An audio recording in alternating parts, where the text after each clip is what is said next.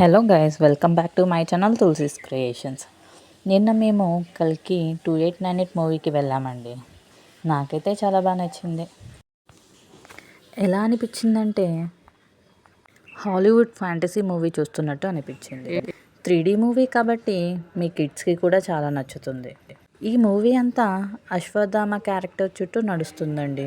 ఈ మూవీకి కామెడీ అవసరం లేదు, కానీ బ్రహ్మానందం గారి కామెడీ చాలా బాగుంది.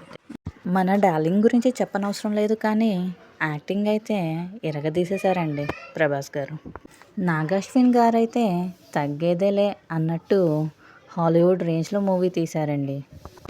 ఈ మూవీ ఒక మైథాలజీ మూవీని ఫ్యూచర్ కిడ్స్కి ఎలా చూపించాలో అలా చూపించారండి.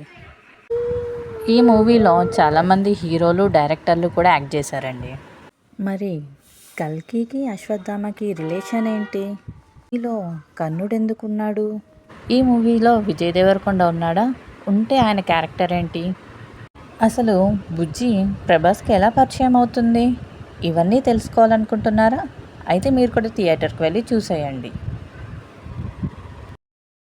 మీకు కనుక నా వీడియో నచ్చినట్టయితే లైక్ కొట్టి సబ్స్క్రైబ్ చేయండి. Thank you.